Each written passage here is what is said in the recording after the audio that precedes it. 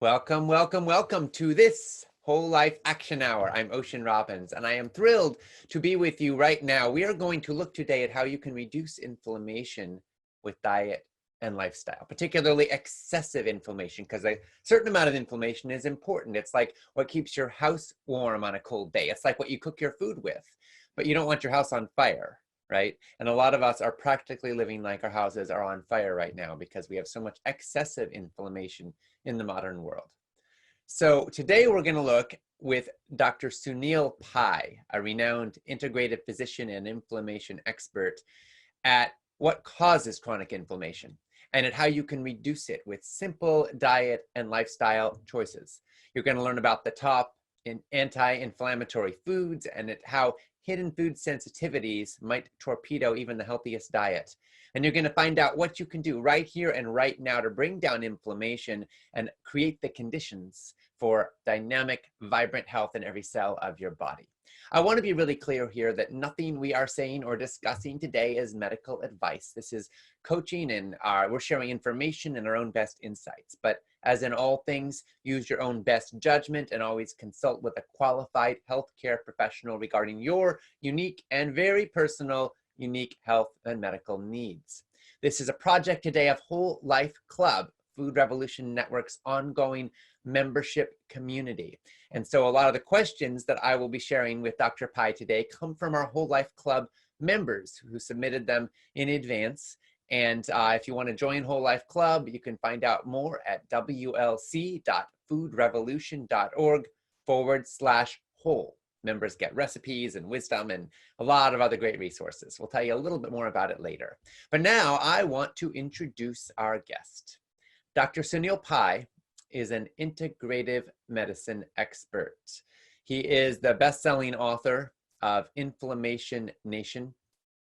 He has been practicing integrative medicine for over 20 years. He is certified in Ayurvedic medicine, functional medicine, physiological regulating medicine, medical and neuro acupuncture, plant-based nutrition, yoga, and allopathic medicine. He is founder of San Giovanni Integrative Medicine's Health and Lifestyle Center in Albuquerque, New Mexico. And we are so thrilled to have him with us today. Welcome, Dr. Pai. Thank you for inviting me. It's a pleasure. Well, I want to jump right in here and talk a little bit with you about integrative medicine, which of course is a big part of your practice, helping tens of thousands of patients. What does integrative medicine actually mean to you? So there's a kind of formal definitions and there's simplistic definitions. So the formal definition is basically where integrative medicine is integrating and combining what I consider the best of everything. And that's in a nutshell. But it starts off with, conventional medicine or allopathic medicine as its base, right? Just conventional Western medicine, but it incorporates traditional medicines, and traditional medicines we look at as things that have been around for thousands of years, like Ayurvedic medicine and Chinese medicine and homeopathy and naturopathy, the use of natural products. And then it also incorporates a lot of also complementary medicines as well. So it's kind of this kind of broad holistic approach, but what it comes out to be is that we want to be using the least invasive, most cost-effective, most changes with diet and lifestyle first, and kind of moving away from just taking a pill and suppressing symptoms. We like to look at what's the underlying triggering mechanisms of that imbalance, disease, or dysfunction and resolve it rather than manage it. And so the integrative approach is that sometimes when people have an acute aspect, obviously, right, you go to the emergency room, wonderful that we have that.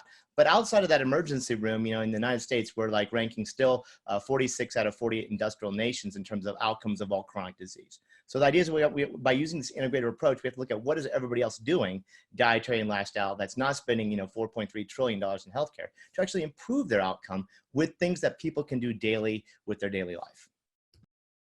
That's awesome. And ultimately, I just want to give a shout out to you. You are combining the best of all of it. You're an MD, you're fully trained in what most of us think of as medicine. You're a medical doctor. Right, yes. And you're also recognizing that medicine isn't just the treatment of symptoms, it's creating a wholeness and wellness in a whole patient, and that there are other modalities and systems that have been developed, some of which offer resources that our modern allopathic approach has kind of lost sight of. And some of Correct. those resources are a lot more cost effective and Right. have a lot less side effects than the modern industrial medical approach.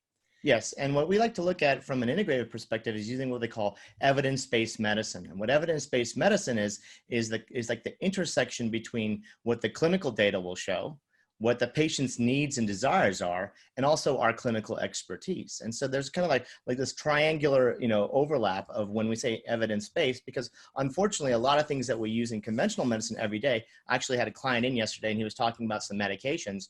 And I said, basically, between 70 and 80% of all the drugs that we prescribe, if you look at the mechanism of action, we don't know how it works. So, so when someone says, well, how does turmeric work? I go, I can show you that, but the blood pressure medicine and the antidepressant you're on, these are theories of how they work, but most drugs actually we don't know. So it's very interesting. Like we want to apply the same critique to everything. So when it says evidence-based, I look at a study, I look at the safety, I look at the efficacy, but it could be from a study done in a different language in a different culture. Right. And so the idea is that we have to look at, with equal eyes, not saying that all herbs are safe or all drugs are safe. We have to look at each one for potency, purity, safety, and efficacy, and then say, is the data actually valid or is it influenced by industry? Because, most drug data is by paid consultants for the company. And even now when we see with supplement companies or natural products industries, it's their own funded studies. Same thing's happening. So our goal is to really, define and really go into critical review and say, this is something that when we recommend, we know that we can have that improved outcome. And at the end of the day, what we use with integrative medicine is not saying this is better than that, is how do we improve your outcome from what's currently ahead of you?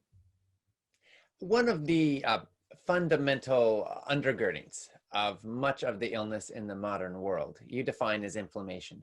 Correct. It's like it creates the conditions for cancer and heart disease and Alzheimer's and autoimmune disease and so many other ailments. And I wonder if you could tell us a little bit about what is causing so much excessive inflammation, chronic inflammation in the modern world, and how is it creating the conditions for all of these illnesses to thrive? Sure, great question. And I want to first start off with what is inflammation, because we've heard about this term. And when I wrote my book, An Inflammation Nation, it was a compilation of data that I've been reviewing for over the last 20 years. But more importantly, since the last 10 years, there's an explosion in the research of understanding this word of what inflammation is. Even Time magazine in 2004 started putting the word inflammation on the cover. So what we want to look at is inflammation is a system of biological processes that that have chemical and physiological, immunological, regulatory mechanisms that help with healing or trauma or infections or vice versa. It could be too much. Okay, now what you said very simply is, I always say that inflammation is your internal fire, right? Like you mentioned, you need a little bit to cook in your kitchen, a little heat. You need a little heat to keep your house warm, but you don't want your kitchen on fire and you don't want your house on fire. And that's exactly what inflammation is. The body has a yin and a yang, kind of like you don't want to have too much, you don't want to have too little, just right is what is needed. And inflammation is those mechanisms that keep everything into balance. Okay. Now the word inflammation, is derived from flam meaning fire. Yeah. And fire, means itis in, medical lingo terms, itis, itis. Anything that we put the word before that just means inflammation of that area. So for example, if someone has red eyes, from allergy, we call it conjunctivitis. Someone has runny nose, we get rhinitis. We get an infection here, we get sinusitis, earaches, otitis, pharyngitis, sore throat, or laryngitis when our voice is hoarse. A lot of people get reflux, we call it gastritis. Most people can have esophagitis like reflux, stomach pains as gastritis, colitis. Most people, as we hear like Crohn's disease, ulcerative colitis of the large intestine. Men can get prostatitis, women can get vaginitis, people can get rashes of dermatitis, people get arthritis. So there's almost 200 now different itises that we have now diagnosed. But the main thing, and what I was looking at in integrative medicine, is what is the triggering mechanism that causes all these itises? Because what happens is, unfortunately, is that we've now dissected the individual by certain specialists, right? So the eye doctor, the nose doctor, the throat doctor, the lung doctor, and, we'll give you something for your bronchitis. Here's an inhaler. I'll give you, eye drops for your eyes. I'll give you nasal sprays for your nose, your allergies. Now, put a topical steroid for someone's rash, but still they're not looking at what's the underlying triggering mechanism that causes that flare. Yes. And so as long as we give these medications that treat the symptoms, then the physician's kind of happy because we've done something. The patient has gotten some results, But as soon as they stop taking those medicines, they will flare again. So the goal is looking at what are the underlying triggers that cause any of these itises. Now, in my book, I describe a body of being a flat roof. In New Mexico, we have these flat roofs. And what happens is, we think of rain falling on these flat roofs, and anywhere there's a weak spot in this roof, that's where the roof leak will happen. Yes. And I always tell people that inflammation goes to your weakest spot of your body. Now, sometimes it just goes there because that's how your roof was built. And sometimes it could be due to previous trauma. So say like you played college football, or say someone served in Iraq or Afghanistan and they had an injury. It could be 10 years ago. Some things could be 50 years ago. But once there's a damage in that tissue, that's just like the little roof leak damage. Anytime it rains, something that's pro-inflammatory will come into the body and go and then trigger continuous degeneration or anger in those areas. And so what we look at is what are the dietary and lifestyle exposures that trigger that. So inflammation, it's interesting. And I'm seeing this perspective that the body is like an ecosystem. Correct. And individual parts of the body are living within that ecosystem.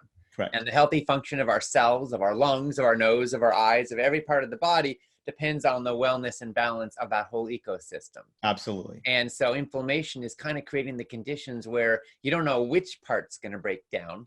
Right. But it's like if you're living in the midst of a never-ending storm, eventually you're going to much more likely have some leaks or some wetness getting into the house. Absolutely. Or flooding, Yeah. to take the metaphor a little further. And in fact, it goes from one room to the next room, to the next room, to the next room. So a lot of times, most people say, oh, I used to have just, a little bit of sinus issues, a little allergies. Now I have more now I have an inhaler. Now I got to take this other medication. Now I have some stomach issues. I got to take an acid pill. Now I got some joint pain. I got to take a pain pill. And so the fire is just spreading until there's a towering inferno of the body. And there's fires all over the place.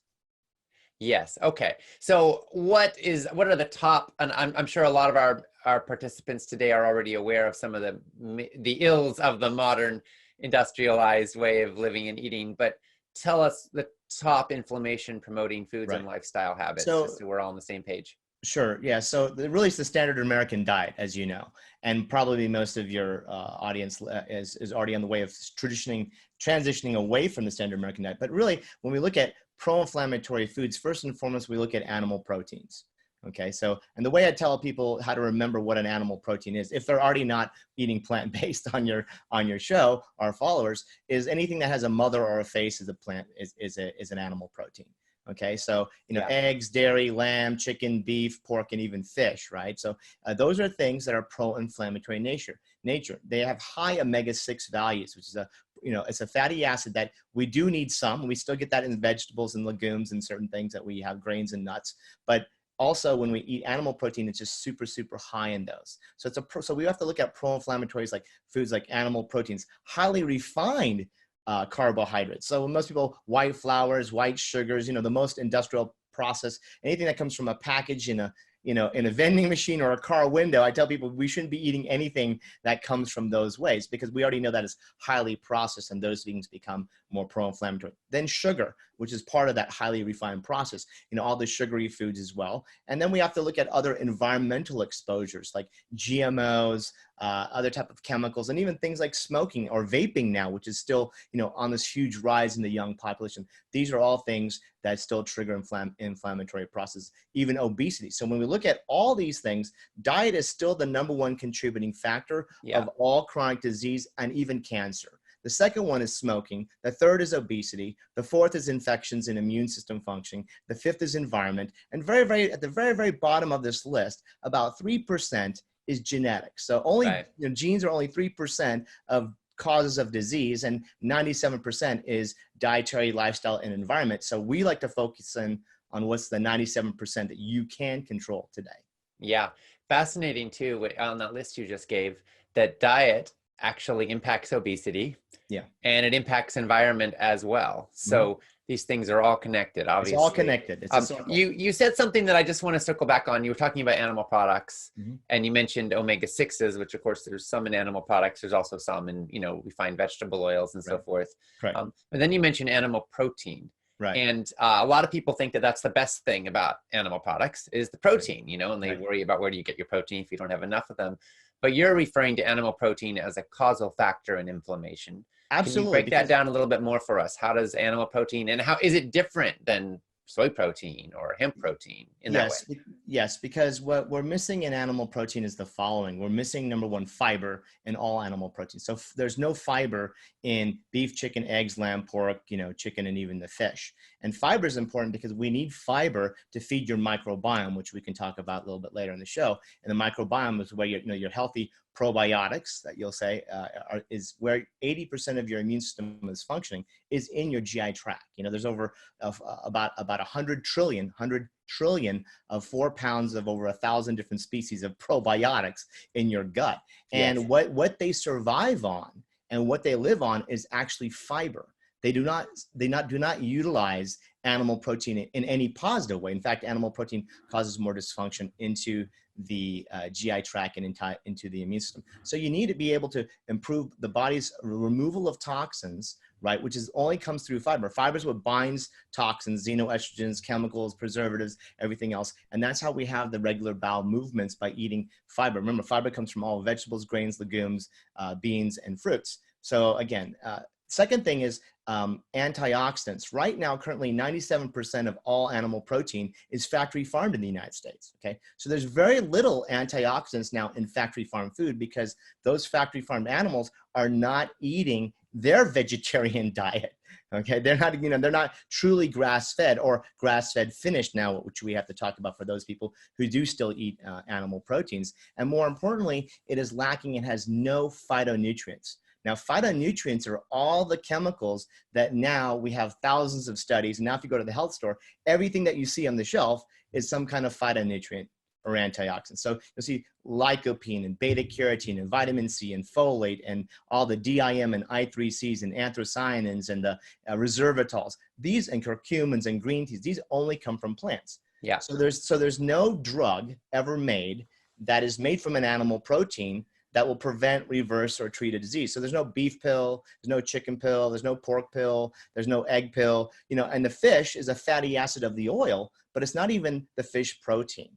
So when I look at, when people ask, where do you get your protein? I say, well, everything has protein. Anything that you eat will have protein. There's no protein deficiency in America. The problem is we have deficiencies of eating fiber. We have deficiencies of getting enough antioxidants and phytonutrients. And so what you want at the end of the day is not to say where you get your protein. I always ask the question is, are you eating pro-inflammatory foods or anti-inflammatory foods? Yeah. And that really just sets the bar straight, because once people understand inflammation, then they want to eat less of this, rather than kind of getting stuck on this old adage of, well, I'm not going to get enough protein. The idea is that, are you getting the things, the fiber, the antioxidants, phytonutrients, and also the anti-inflammatory proteins that keep your body the healthiest?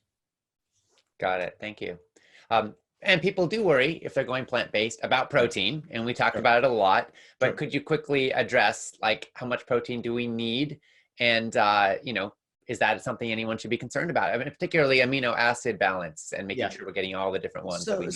So, we used to think of, traditionally interesting, there used to be a myth, and it was kind of still pervade, is that we need a food combine. But actually the data shows us that we don't. Now, it's better to food combine because food tastes better, and we're getting a variety of other aspects. And I tell people, you want to be eating a rainbow color of diets, right? So you want to have reds and greens and oranges and dark yellows and purples and, blues and different shades of greens as well. So don't just have kale and quinoa or be stuck on a few things. You want to have this variety, because each color pigment has its health benefit, right? And so when we want to look at this totality. Now, for the average woman needs to have about 50 grams of protein a day. That's it. The average male needs about 60, not much more. The average American right now is having anywhere between 100 and 140 grams of animal protein a day. And that's why we have all this chronic disease, because chronic kidney disease, for example, which is on the rise, more people going on to dialysis, more people having fatty liver, 40% of the population that's now fatty liver problems. These are all due to this high consumption of the type of protein that is not efficiently utilized. It can be used, but it's not efficient, and it's pro-inflammatory. Yeah, thank you. Now, more importantly, just I want to finish off, is that when it comes to not just the protein, but I like to flip it over, is like, how much fiber is the person eating? Because they need to have about 35 to 40 grams or more over time. So whatever the amount that they're calculating, I tell people, look up on the packages, look up on the thing, use Google, and whatever you're eating, especially if you're eating more whole foods, which is better than packaged foods, then still you can calculate and find out how much fiber is in, say, a date or banana or a bowl of beans or rice, or you're having some quinoa or whatever it is, right? Or tacos, for vegan tacos, for example.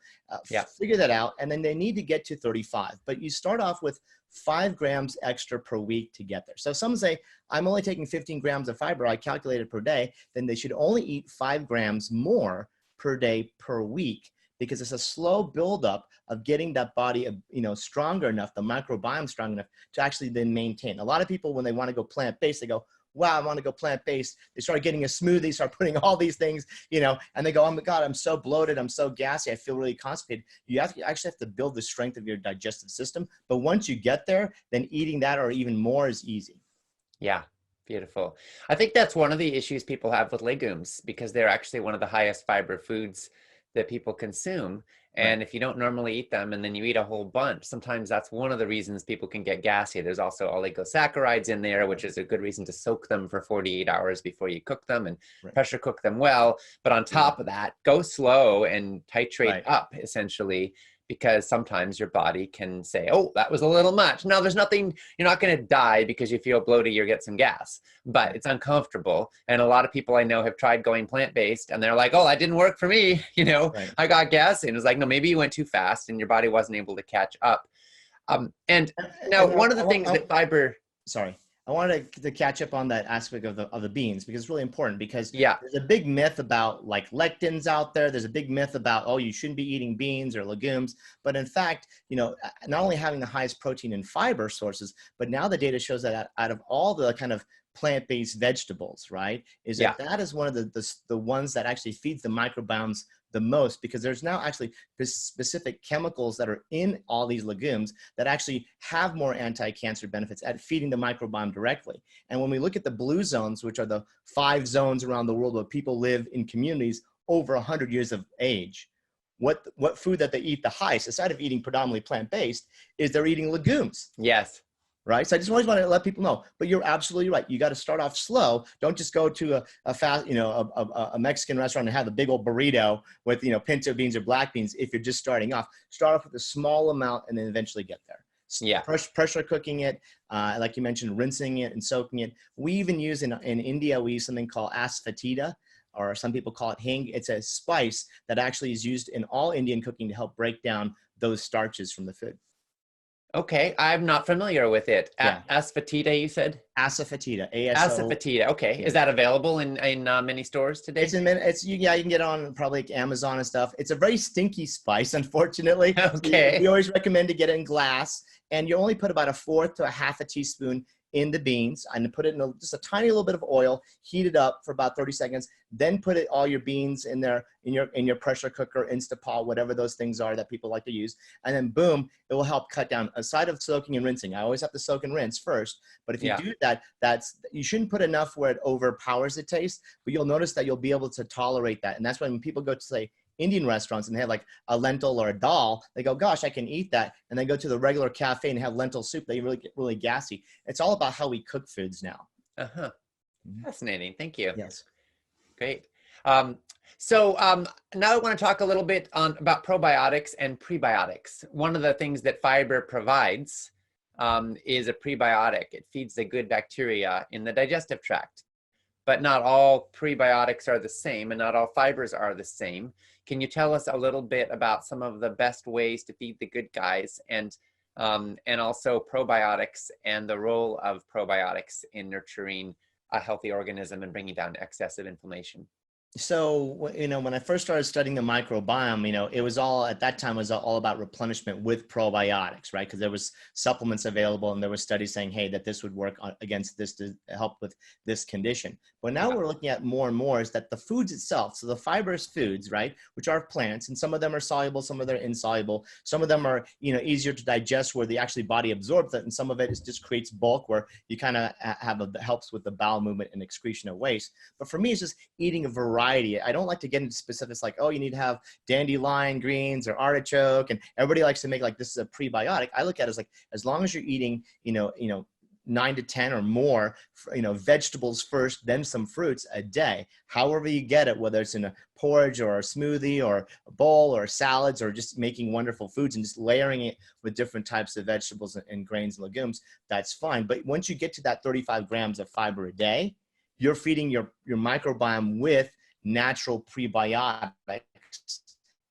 that feed your microbiome direct. And there's something called N-butyrate. N-butyrate's an energy molecule that it comes from fiber that feeds your probiotics. It only comes from plants. So again, if somebody's eating chicken, it could be like organic chicken or wild caught fish. You're not feeding the microbiome.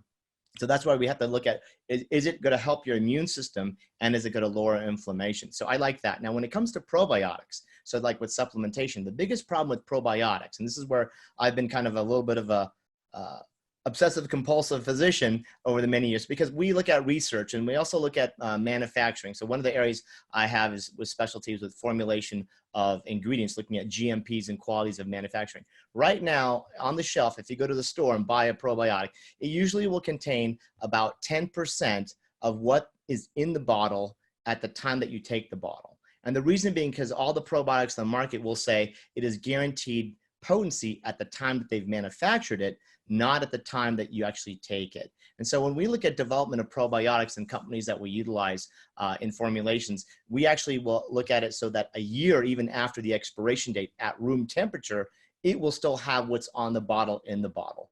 So the keys right now with most products, unfortunately, is that people will take it and they go, well, I'm not really sure if it really made a big dent or a big improvement in my symptoms. It's not harmful, but usually the validity and the efficacy is really poor for most probiotics in the market. So when we look at ours, we like to really look at like how we can deliver it. Because when I see a patient, for example, that has been in the hospital with surgery or they've had chemotherapy for 6 months, we have to restore that microbiome as effectively. And we just can't say, oh, go to the store and just kind of randomly take something. They won't have that better outcome that we want to expect. Yeah, got it. Okay. So tangibly, if somebody wants the best options for probiotics, what do they look for? So what I look at is that when they list on the nutritional facts, this is what, in my book, I have a section where I actually talk about how to distinguish and learn about how to choose better product, right? So even though we manufacture things and we, ours, potency, purity, safety, efficacy, we look at patented ingredients, etc. I also want to teach patients how to, when they learn a skill, just like learning cooking, then you can go into any grocery store, you can go to any market around the world and make food, right? So you need to have that skill. So when people look at a probiotic, they should look at that each species that's listed on their probiotic is actually mentioned to a certain amount. If it just has a probiotic blend of a bunch of things, then usually it's the first or second ingredient that's the main one, and the rest, are very, very low. I want to ensure how much of each are they putting in. That means the manufacturers are supposed to then put that amount in. And so that's where we like to look at first in terms of how do you look at the best type of qualities is looking at, is it acid stable? Can it pass the stomach acid and get to the small intestine and large intestine where it needs to go? Is it going to be guaranteed at the time that you take it, not just at manufacturer? And do they list the specific amounts of each species? Got it. Thank you. I want to talk a little bit about tests, how we can get feedback on how we're doing. Sure. And because some people, everything feels fine, and then they do some blood work and they find out, oh gosh, I'm low in something. Right. Sometimes you can be low in something and you don't even realize it could be causing you a whole other issue that you never imagined was related to it.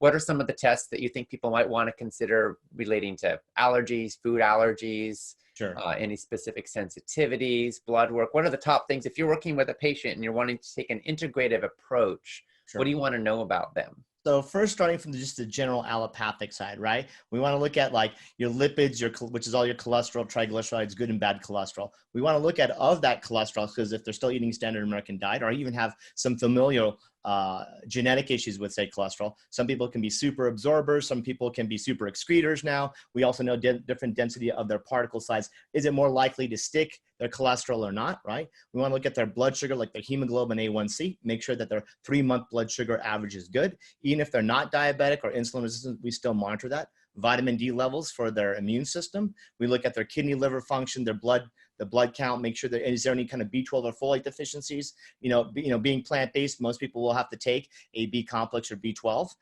but now we know that almost every patient in our practice who even come in who are paleo or keto, they eat tons of animal protein. They're also deficient because their animals not eating their vegetarian diet to get the B12 from the microorganisms in soil. And so kidney, liver, blood count, vitamin D, we do the full thyroid function, TSH, free T3, free T4, TPO antibodies. And then we can also look at hormones if there's a hormone related problem. And then we look at inflammatory markers, right? So we look at IL-1, IL-6, CRP, homocysteine, and there's a variety of panels. So that's just kind of the conventional standpoint. Now, from an integrative standpoint, we would look at first food sensitivities, because my big issue is like, you need to know what fuel are you putting in your body that's triggering an inflammatory response. Some people call it food sensitivities or food allergies.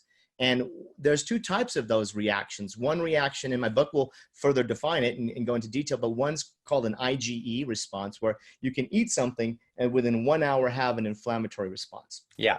Okay. Now, some people can have a very acute, it's rare, 2%, but very serious anaphylactic reaction like I do for peanuts. Okay. So if I have a peanut within 10 seconds, I'm dead. Okay. So it's rare, but some people have like lobster and melons and stuff, and they swell and they need to take an EpiPen and stuff like that. But most people don't have a life-threatening issue. It just triggers something within 1 hour. Now that hour can be any itis from head to toe. So heartburn, gas, bloating, diarrhea, mood, headache, pain, joints, whatever it is just causing that inflammation within an hour. The second kind of reaction that you can get from foods is a delayed reaction that happens a few hours after the consumption up to 4 days later. Okay, so that makes it a really difficult thing for the patient, because their symptoms today might be something they had 3 or 4 days ago. And if they're eating it every day, then they have this chronicity of inflammation, but it's not a huge spike. So, if you're having like, well, I have chronic, my joints have been hurting for years, and it's not just today it's flaring, but it's always every day, or then it's just this chronicity of getting exposure to immediate foods and delayed foods. And the biggest challenge that we would teach people is, as they go plant-based and everybody gets gung-ho and they follow you, the information that you provide, the recipes you provide, is that everybody gets gung-ho and they want to like, let me get my super blender and start doing all these smoothies and stuff. But remember, your body can still have a problem immunologically with the plant. And so we want to further refine and say what foods are completely anti-inflammatory. If you came back positive for kale, I'm going to say, don't put kale in your smoothie or your salad, because you'll eat that, it will trigger inflammation, even though for everybody else, kale might be a superfood and wonderful to eat. Okay. So we're now looking at individualizing the diet so that we know what is specific to you. And also, of those two reactions, can we then reintroduce later and have the body build up tolerance? So it's not just don't eat these things, it's how do we get the body stronger so that we can reintroduce these wonderful foods. Second thing that we do onto that is we check your microbiome. Okay. So when we do testing on microbiome, is we look at like probiotics, good and bad. Do we look at how your digestive function is working? Because a lot of people, as they get older, their digestive enzymes are not as strong. So they don't break down their foods. And some of these people are taking acid blockers that lower that function even more. We want to look at, are you eating enough protein? Are you absorbing? Are you eating enough fat? Are you absorbing? Are you eating enough fiber? And is it detoxifying? Is there any kind of small intestinal bacterial overgrowth? Is there any kind of candida or mycology or fungus or yeast or parasite? Is there leaky gut and inflammation in the gut? These are all tests now that through functional medicine, we can now not only find out what it is, but we also discover if there's an overgrowth, we identify the species. So that tells us what they grow it out. It takes about 3 weeks. The microbiology will grow it out. And then we'll say what prescription or natural antibiotic works and what doesn't. Because the biggest challenge right now is people take natural products every day on one side or prescription antibiotics all the time. And now most of these microbes are resistant. So even if it's an essential oil that people take every day, like oregano, that doesn't work in half the people anymore. Or people are taking too much, Z-Pak, for example, or azithromycin, and that's also resistant. So we want to always target the treatment and therapy effectively, not just kind of go and say, this is our favorite thing. And the third test we look at is nutrition, because at the end of the day, supplements supplement the diet, but they don't replace the diet. And that's a key thing. You have to have your food as medicine, and you have to get that down correctly. Otherwise, you're just taking stuff that's not really beneficial.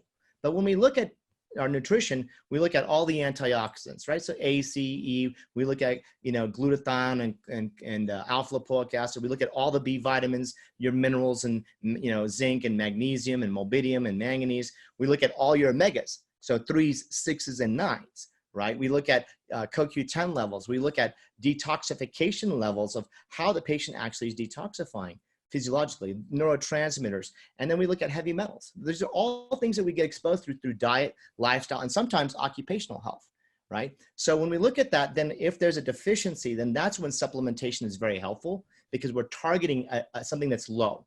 And the nice thing about the testing is not just saying, here's what you need. What I like about the testing is like, here's what you should be eating more of. These foods have this ingredient. Eat 2 more servings a week. Yeah. Or eat this every day. Put this here, this as a dessert, and you will get that naturally. And so the benefit is like, those are the kind of the simple ways we look at it. And then adding another layer onto that, then we look at like Ayurvedic medicine, we look at Chinese medicine, we look at a mind-body approach. How do we get people to be stress reduced and stuff? So there's a variety of aspects of how we look at, it's not just testing, is what are the other services that we can provide to our clients? Yeah, absolutely. Just a quick note of caution about food allergy testing. It's notorious for false positives. So I think what it can do is it has much lower rate of false negatives. So my take is that it can be a good way to screen out. If you test negative on a food allergy, then there's a pretty good chance you're not allergic to that food. But if you test positive, the proof is in the pudding, so to speak. So you can take it out of your diet and see if you get benefit, and then introduce it back and see if you notice changes. And that's, self-diagnosis through practice, and paying attention and tracking and journaling can be extremely effective and helpful too at the end of the day. And I will go even further to define that, because the problem with most allergy testing is that there's 2 types of those tests, right? So a conventional doctor, if you go to an MD and say, I want some allergy testing, they usually will just run a panel of like 8 things, right? Because we're looking for the anaphylactic, life-threatening peanut, shellfish, wheat, corn, soy, egg, dairy kind of aspect, right?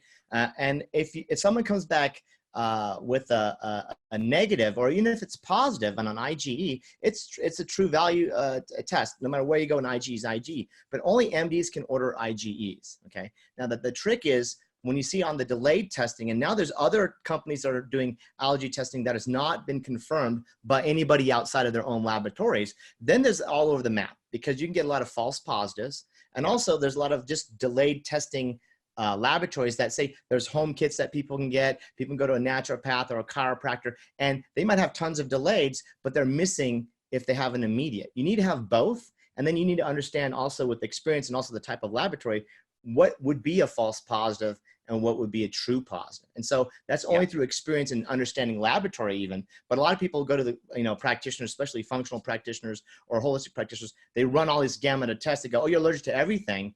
And they don't really explain it to them. And it's just a profit center for their practice. But we like to look at it. We have to understand that these are, if you look at the right labs and you have the right guidance, is how do we actually then move you forward? Because it's about incorporating the foods that are going to be anti-inflammatory specifically for you. And then those that are pro-inflammatory is training your body how to be more tolerant over time. And there's different ways to desensitize people to foods.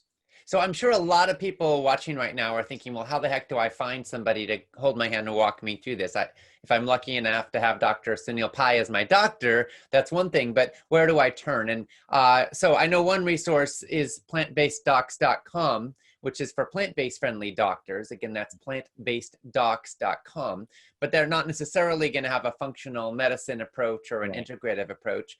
Any other resources that you could turn people to for finding a practitioner who can really help them? Well, just to do some self-promotion first, I always like to say that, we are available. We do health coaching, and we do this by far, like we're doing here. So I see people from all around the world. We're able to send the blood work and send the kits out to them and stuff.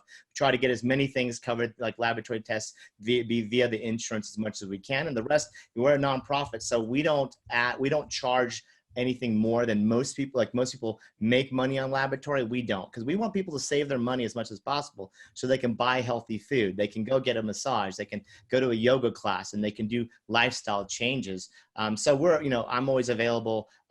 There's some time to get in, but I'm always available to provide that, because the challenge is this: there's so many specialties now that someone will be, I'm lifestyle medicine, so they'll love and be really wonderful on plant-based diet. You ask them a question about, Ayurveda or acupuncture, they won't know.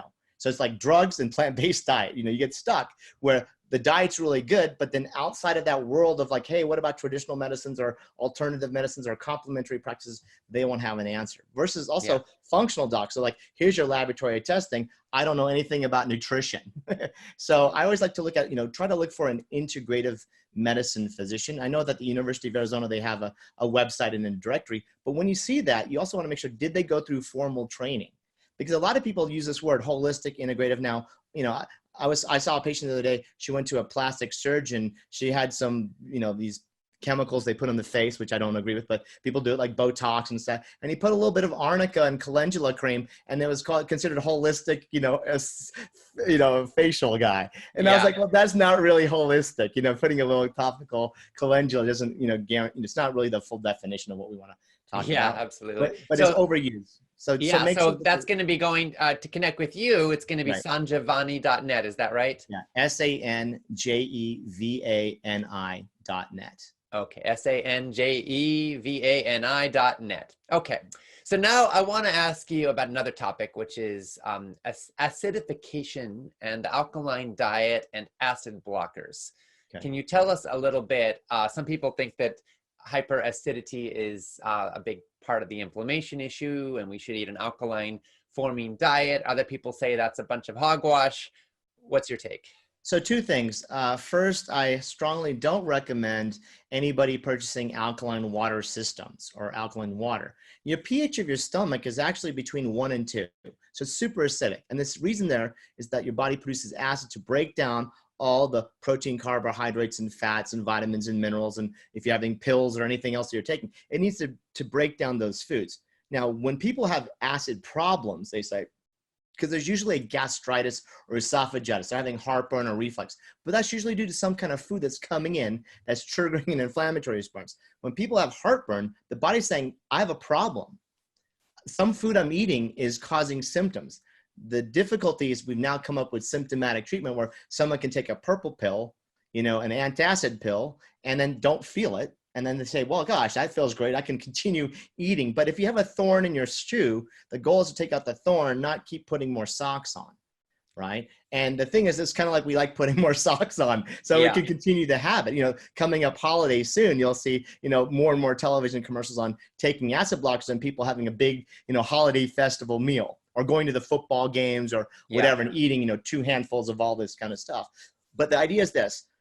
You don't want to be alkalinizing the stomach, but you want to be eating an alkalinized diet. But when you eat plant-based, you're already there. So the idea is that, do people have to check their pH of the urine? No. Just if you eat plant-based foods, right? It's basically an alkaline diet. But you don't want to be fortifying or artificially providing like, here, let me drink pH of 9 water to make me feel like my body's alkaline. That's just a symptomatic treatment of the stomach, but that doesn't correlate with the body being this way. Now, if people are already plant-based and they drink alkaline water, then they can actually push themselves in alkalosis, which is also a deadly and dangerous state to be in. The body wants, remember, always just right. So the idea is that when we said there's so many products out there that are trying to say alkalinize, for me, it's like you got to be eating anti-inflammatory foods, foods that have fiber, antioxidants, phytonutrients, and if you do that, then this concept of alkalinizing or acidity goes away. Again, I'm trying to always go right down to the root base of what people need. Otherwise, there's this discussion like, well, I just bought this $3,000 machine to alkalinize my water, Dr. Pai. And I'm like, well, that was a waste of money because you should just be eating the foods that are alkalinizing naturally. Animal protein is acidic. So those people who eat high animal protein diets, high animal fat diets as well, does the pro-inflammatory state, that is also acidifying. And that's why those people feel better when they take an antacid or something that they're drinking because they're trying to counteract some of those foods that are causing triggers immediately. Yes, absolutely. Thank you. Speaking of wastes of money, the natural products industry is huge business. And there are so many supplements on health food store shelves today, and even more on Amazon, and people can buy. We kind of know intuitively that it can't all be good, and some of it might even be bad, but it's not regulated by the FDA in much of any meaningful way, which for better or for worse, because they might mess it up if they did regulate it, but at the same time, it's kind of the Wild West out there. So how can a consumer know the difference between something that's legit and something that's fake or just a waste of money?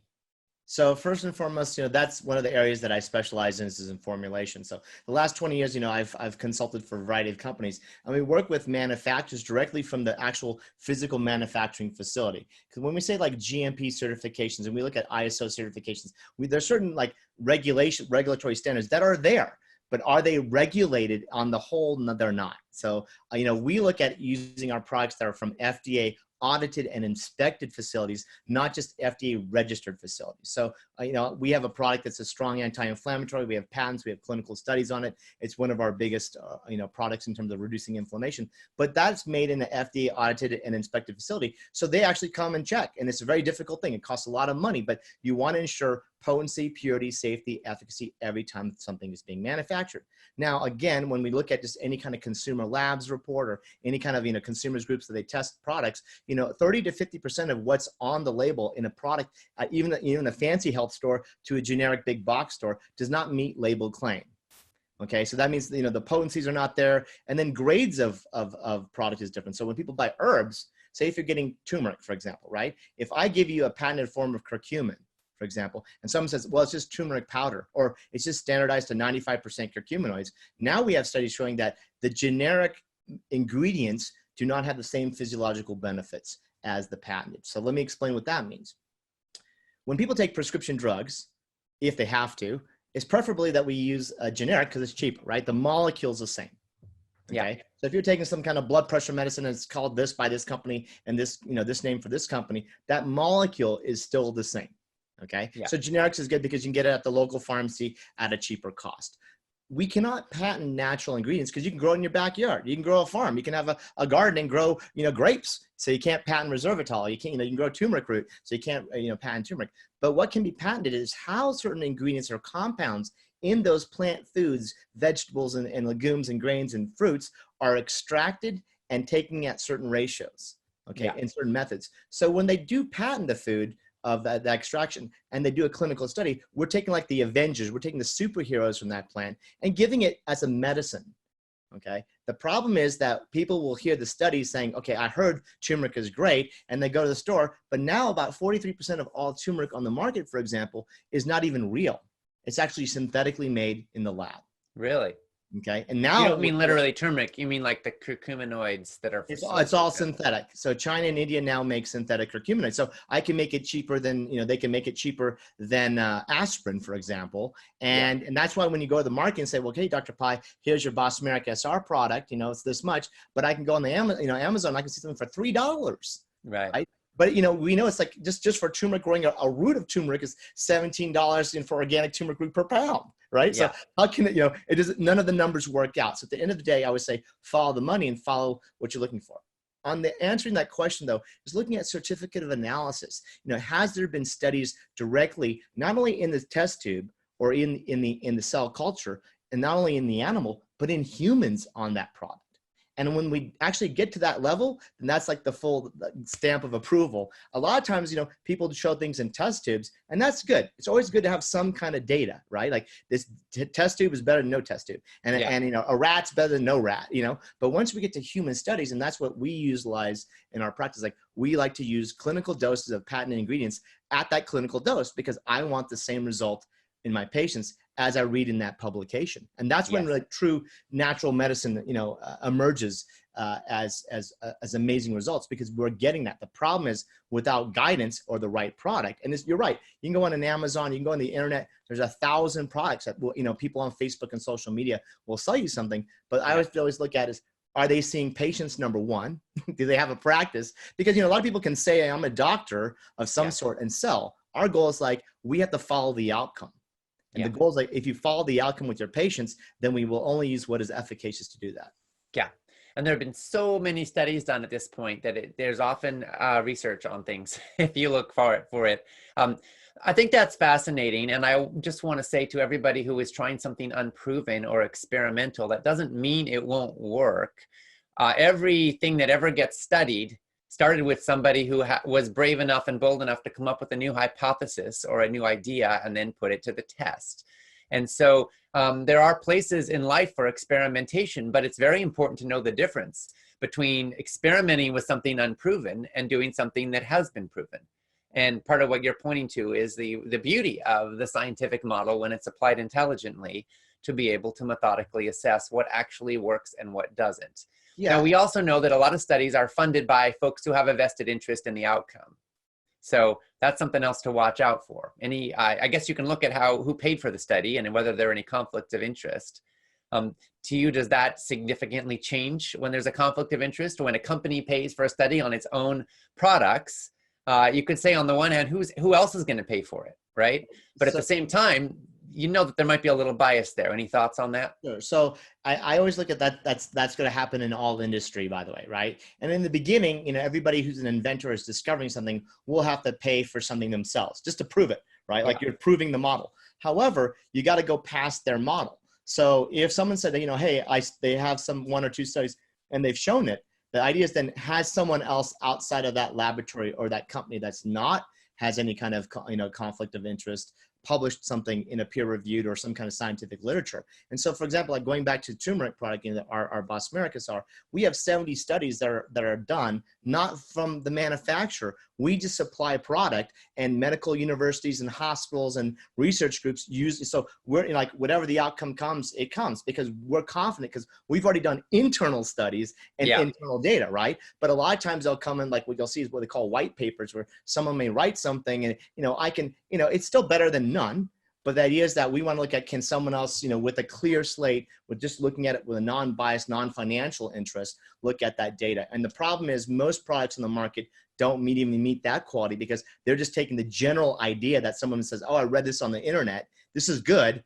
And then what they get is completely different. Yes. Okay, we've got a lot of questions for Whole Life Club members, and I want to see how many we can get to. And at the same time, we're going to have to be fairly concise because we don't have a huge amount of time left with you here today. So let me jump in. Jane said, a dear friend's been diagnosed with Crohn's disease. What food should he eat and avoid to help with this condition?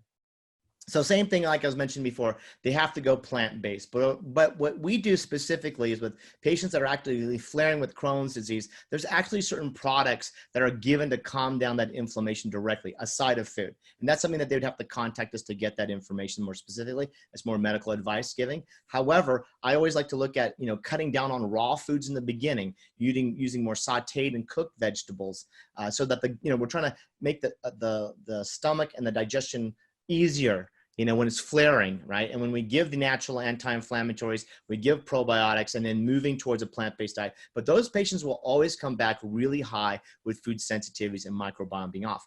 But Crohn's disease and ulcerative colitis, any GI tract issues, IBS, to us, that's the easiest to fix because the insult is right directly where the insult is coming in. So although the GI tract can replace itself every 3 days, that's how it sheds the stomach cells and the mouth cells and the bottom cells every 3 days. It can be injured very quickly, but it also can be restored very quickly. So those are the conditions that people, and if people want to look at read my book, or they want to look at our YouTube channel, look at the videos, we have patients that you can easily reverse Crohn's disease, ulcerative colitis fairly quickly. Yes, thank you. Susan asked if you have specific suggestions for relieving inflammation from rheumatoid arthritis, or better yet, reversing it. Yeah. So again, going to a plant-based diet, more of the rainbow spectrum of foods, we use, and somebody who has rheumatoid arthritis, we give the Bosmeric SR because that's just something that will drive the inflammation down. But they have to look at what's triggering it. So that's where the food testing is super important because there is something that's coming in. Now, I want to clarify, a lot of patients will come in saying, I have an autoimmune disease, rheumatoid arthritis, lupus, Crohn's disease, thyroiditis, MS.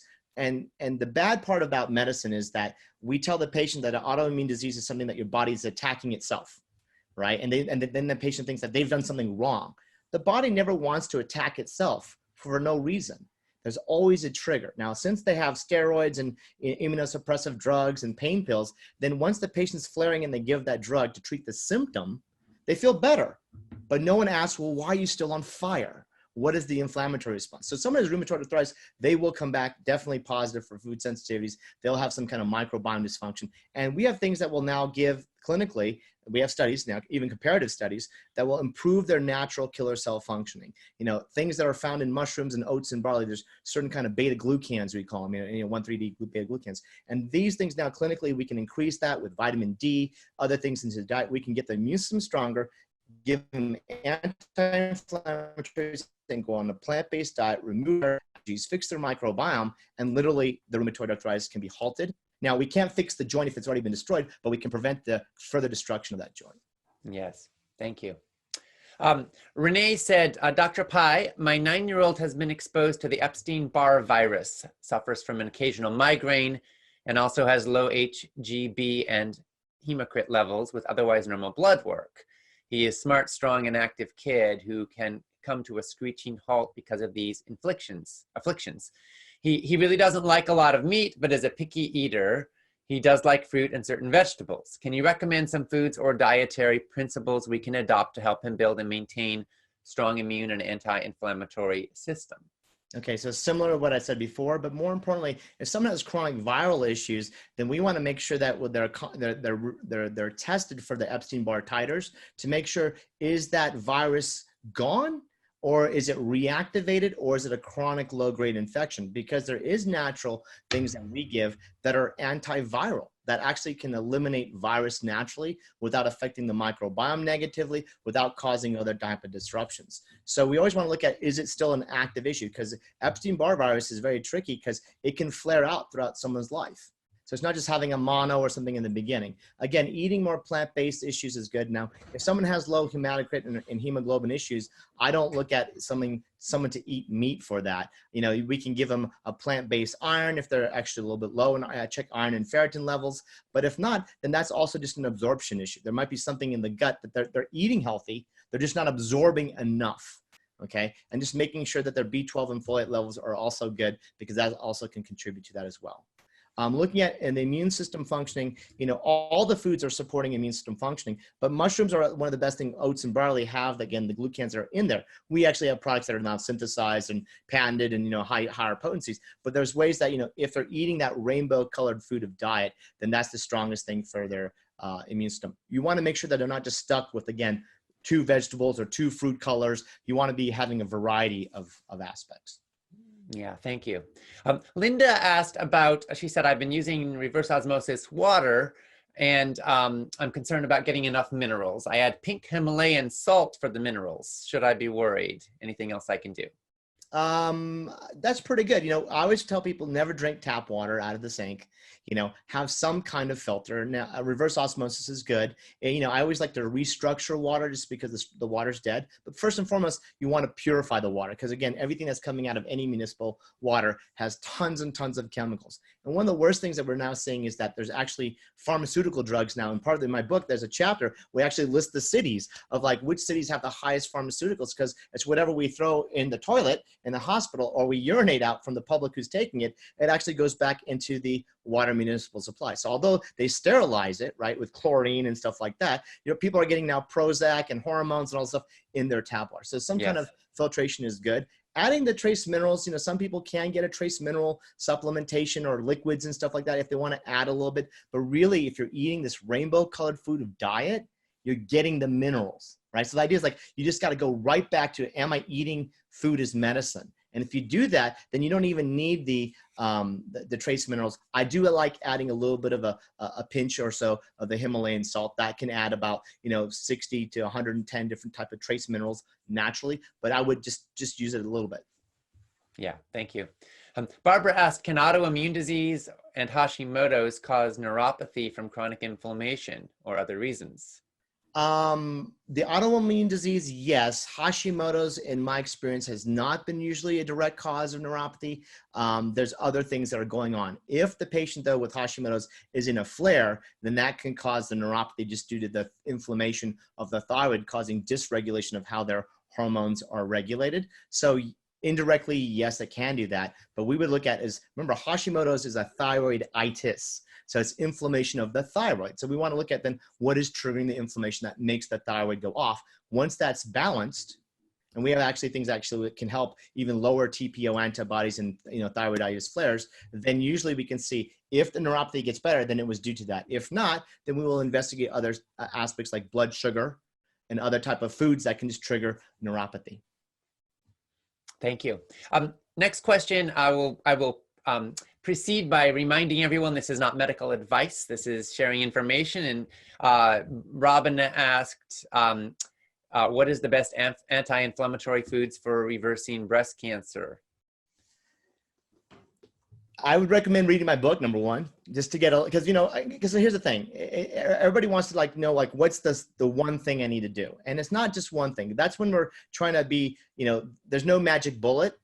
In fact, I look at, we shouldn't be carrying the guns, right? We should be coming for this holistic approach. It's not just a firing one thing. It's like a sprinkler system approach. And so I have 10 steps in my book, and I bring people through how do we change this anti-inflammatory lifestyle. And I will go through the details of which products, what to look for in a product, what to look for in testing. But that would be something that if they do have cancer, then that 60% of our practice is cancer patients now. And we have really good outcomes because it's not just saying no to conventional. Everybody's different and unique, but we have to look at is if someone is using conventional, how do we improve that outcome? How do I even make a drug work better for you and reduce the side effects? That is our expertise. Most people are like, don't do this. Oncologists say, don't take any herbs. And the naturopaths say, don't take any chemo. And you can't do that because both people are failing on both sides. You have to look at what does the data show? And everybody in every stage and every type of condition is different.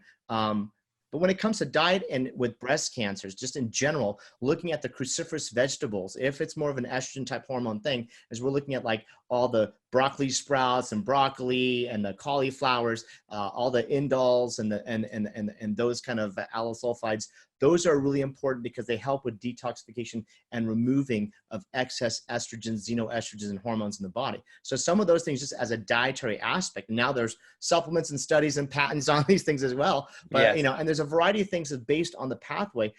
All of these plant-based foods, actually, I could find studies. And so when we see a patient, say with breast cancer, what stage, what type, we will actually pull the list from the literature and say, these are the things that have in vitro, in vivo studies. And then that's what we start with first. We don't want to just say, oh, I read this on the internet. I'm like, no, what do we have 20, 30, 40, 50, 100 studies on that's been published? Those are the ones that we start with first. Green tea, curcumin, there's certain things that we talk about, these. What else? Green tea, curcumin, what else do you talk about? So like DIM, I3C, sulforaphanes. So these are things that are, for looking at breast cancer, we look at, Nigella sativa, which is black seed. We look at, pectosol. We look at our bosmeric, which is, we have, more studies than anything. But those are simple things, beta glucan, vitamin D. These are things that we stack, but each type, there's data to show. And what we now look at is synergy. So there's studies showing combining therapies, not only natural therapies, but sometimes if someone's already taking a conventional drug, now we're doing studies like if you're taking the conventional medication and we add this natural therapy, you enhance the benefit and you lower the side effects. Yeah. So remember, our goal is to always improve the outcome. It's not saying one is better than the other. And I've got to say, with any mention of food and breast cancer, a study done with 1,000 women who were breast cancer survivors or who had previously had it, when they ate mushrooms daily, 64% drop in risk of dying of breast cancer over the course of the study. When they also drank green tea daily, it dropped by 89%. So mushrooms and green tea, potent. Right. At least in many studies. Right. And when we look at giving it then in a standardized form, then it's like, how do I give you the highest amount of ECG and polyphenols in a green tea that doesn't have lead or other contaminants? And that's what we like to look at, right? Because we're now taking the food and making it into a medicine. However, eating these things and using it as foods, people should be doing daily as just practice. Yeah. Right? But we like to look, when people usually come to us, they already have the condition. And now we're trying to help resolve that condition. Remember, the body has an innate ability to heal. Yeah. And we just have to give it all the environmental aspects. Fiber is important real quick on the breast cancer because studies show that women who have 2 to 3 well-formed bowel movements with estrogen positive breast cancer live the longest because it's about detoxification. Animal protein doesn't have fiber, so you're not pooping, that the hormones are just going to be recycling in the body. Yeah. Heart rate variability, coherence, meaning those people have less stress reduction, mindfulness, meditation, yoga. Now we have all this stuff that group. There's a study that came out with group women who find their tribe. We call it a tribe. You want to find people who support you. mentally, emotionally, spiritually. If you have that, those people that have that spiritual aspect in that tribe live longer. So people who met once a week or once a month live longer than any of the patients, regardless of the tumor, regardless of the stage, regardless of the type of treatment, alternative or natural. It's because they feel they belong. Yes. And so we work, like your community here is that members feel like they belong. They're talking to you, you're talking to me, you're providing information. And so those are just, I mean, it's not just foods and supplements, but you have to feel connected in real time. And, and the more that we can provide that, we help give our patients that guidance as well. Great, thank you. Okay, real quick, Barbara said, very soon after having my gallbladder removed, I developed chronic diarrhea. Colonoscopy revealed lymphocytic colitis, which I understand is inflammation of the gut. My GI doc has nothing to offer except cholestyramine, sorry if I'm mispronouncing that, to absorb excess bile between meals. At meals, I take ox bile to digest fats. What suggestions do you have for this inflammation and diarrhea? So very similar, unfortunately, 40% of Americans now have had their gallbladder removed. Okay. And once they remove it, then the bile comes from the liver and just dumps into the small intestine, and then get this diarrhea. So the first and foremost, I always tell people is to eat less fatty foods in smaller amounts, because since they don't have the gallbladder, you just can't have a big bowl of guacamole at one time because it's just constantly dumping. Okay. So it's eating smaller amounts of, when they eat healthy fats, not animal fats, but healthy fats, you want to eat smaller amounts, taking digestive enzymes, those kind of things like that, that have more of we have some as well, that will help break down those fats, but it even has to be taken throughout the day, because the problem is that the system of the gallbladder is not there. Okay. But then we still like to look at, since there's a lymphocytic colitis, there's inflammation in that bowel. So then we have to look at then what are the foods, how is the microbiome? But again, that's something that's very easy to fix, because again, GI tract, when it's flaring, you just identify those triggers and restore the function, and then they just get better. So although it sounds horrible, because the symptoms are horrible, it's very difficult to deal with, as a patient, they'll be like, it's stressing them out. Their quality of life is not good, because from a GI perspective, they're just looking at scoping like technicians. They can take it out, they can view it, they can biopsy it, but the function of the dis-ease rather than the disease, we work on the function and improve that. Thank you. Lucy asked about apple cider vinegar. Does that help bringing down inflammation? I'm not a big fan. It's there, it's out there. People like to use those things. Again, it's trying to be the magic bullet of, oh, if I drink this, there is some studies that it does help with blood sugar. It can help with a little bit of weight loss. The amounts that they actually had to consume was a little bit higher than the average person might want to tolerate. And so again, would I find it harmful? No. Do I have it in my regimen of things that people should do on a daily basis? If they can tolerate and they choose to do so, do so. But I wouldn't make it that's on the top of my list. Okay, thank you. Chuck said regarding inflammation of the knee joint, it's recently been reported that cortisone shots may accelerate arthritis progression. I've also heard that cortisone injections may reduce the body's immune function. Your thoughts? Yes. So there's a couple of aspects we're understanding now of cortisone injections. Number one, we can get skin changes. We can get actually deterioration of bone. We can actually accelerate bone loss or osteoporosis in those areas. Now, this is more with multiple injections, by the way, but most people get multiple injections. They go to orthopedics every couple of months, or we also see not only people who go to orthopedics, but we deal with a lot of high-end professional athletes in our practice, because that's what I'm known for, inflammation. And so, they get injured on the court. They, the court doc, shoots a little cortisone in the knee and the shoulder, and they want them to play. They want them to keep pushing it. Our goal is that people respond less even to acupuncture once they have more cortisone. So there's other therapies that are natural that even cortisone will diminish their efficacy. Now, the benefit is it does help immediately. So most people go, oh, wow, I got the injection, and then that day the pain is gone, but that still hasn't stopped what was causing the pain to begin with. And so we always like to look at that. And with some of the things that we would give, like the Bosmeric and other things with the immune system, we would look at that. I would rather people use some people are using now stem cells. Some people are even the orthopedic doctors use like hyaluronic acid injections. These are things that, coming from an animal, but it's like providing the little cushion. They're not permanent, but it lasts 6 or 8 months. Anything that's more natural to put back into the body that actually can help regenerate or maintain that, area, I'm for. Our goal is to solve why is that joint degenerating, why it's on fire. And if you do that, resolution is good. But I had a patient just yesterday come in, and she had she came from out of town. She had stem cell injections, right? And she's like, oh my God, for 3 months, I felt good. It's no longer working. I go, because unless you change the terrain of your house, if you put new people in, if it's on fire, they eventually will get burned as well. Yeah. So again, it's always looking at what's the underlying cause and triggering mechanism, and we can help people with that. Yeah, thank you.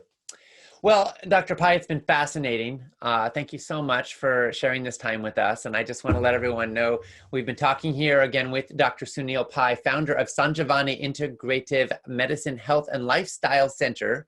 You can find out more about him and his work at sanjivani.net. He is the author of the renowned, critically acclaimed book, Inflammation Nation. And Inflammation Nation. Oh, excuse me. And Inflammation Nation. Yes. The definitive 10-step guide to preventing, treating, and reversing all diseases through diet, lifestyle, and the use of natural anti-inflammatories. Dr. Pai, thank you for your decades of work actually helping real people in the real world. Thank you for your tremendous scholarly research. Thank you for sharing it all with us so generously and abundantly today. We're all so grateful. Well, thank you for inviting me. And again, this is just an open invitation for anybody that needs some help or guidance. We can definitely provide that to you. And I look forward to helping some of you in the future.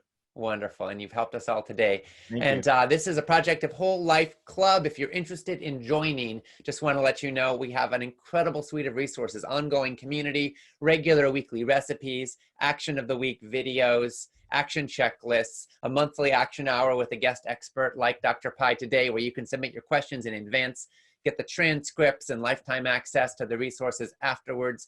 All of it is a mission and a service because we want to help you apply what you're learning in ways that help you get sustained lifelong results. So you can find out more and join in. There's links at wlc.foodrevolution.org/whole or right on our broadcast page for this event. Thank you all again so much for joining us. We wish you health and vitality and thriving and lots of good food. And Dr. Pai, thanks again so much. Thank you. Best of health for everybody. When it comes to cancer, Alzheimer's, diabetes, heart disease, and other chronic illness, what really matters isn't how many books you read, how many webinars you attend, or how much you know. What really matters at the end of the day is what you eat and how you live. The science has given us what we need to know. Now it's time for action. It's time to implement and optimize your healthy lifestyle.